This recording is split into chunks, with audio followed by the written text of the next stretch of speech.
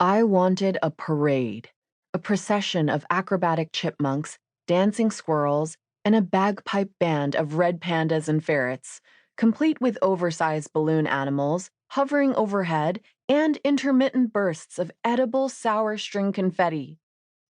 Instead, I settled for my pen's succinct scratch across the contract of my first apartment lease, accompanied by the firm handshake of the property manager.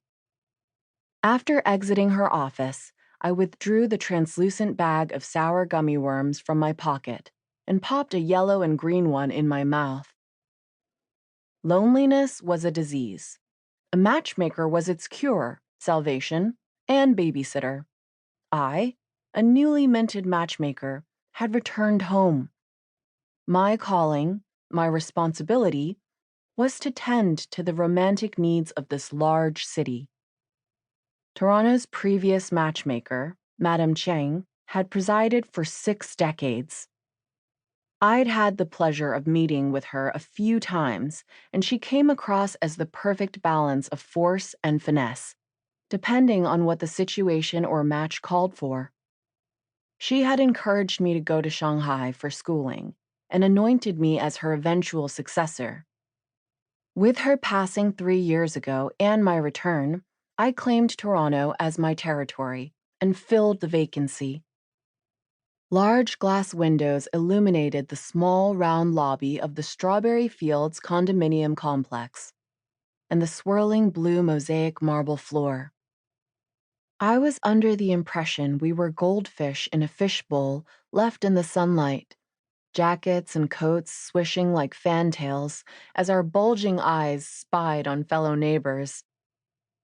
A Chinese woman with white permed hair styled in a rounded, pyramid-shaped bob, crisped at the edges, approached me. This, paired with her large, dark brown eyes, gave her the air of an inquisitive Bichon Frise. "Hello, are you the matchmaker who arrived from Shanghai?" "Yes, I'm Sophie Go. Pleased to meet you."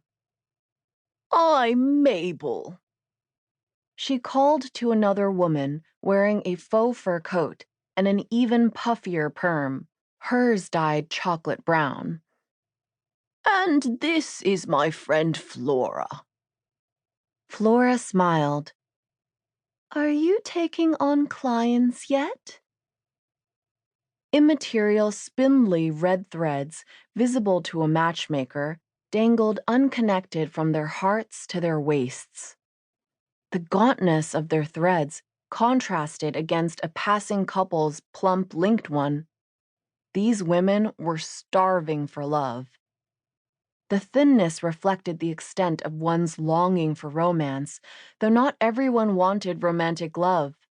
So many full threads were left unmatched. The first time I saw the red threads, I'd thought they were the most beautiful, ethereal sight. Now I overlooked their beauty for their information. The threads joining several couples together glowed in varying red shades, with knots of differing size. Each knot indicated the kinds of turmoil or hardship the relationship had undergone. Every tone, every place in the color spectrum expressed the relationship's duration to the day. My fingers itched to unravel every tangle, from a tiny snag to a Gordian knot. Ever since I was young, I wanted to connect people together. The instinct to solve puzzles came naturally, and matchmaking, by extension, was a giant game with rewards, love and happiness, and the power to affect lives for the better.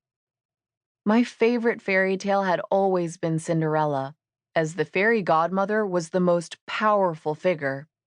She was a matchmaker, and I wanted to be like her. My reasons, however, weren't wholly altruistic. Matchmaking was my permanent ticket away from my mother and into a life where loneliness wasn't a constant companion. It meant freedom, physical, financial, and in every sense of the word. I'd waited for this moment since my gift emerged when I was 6 years old.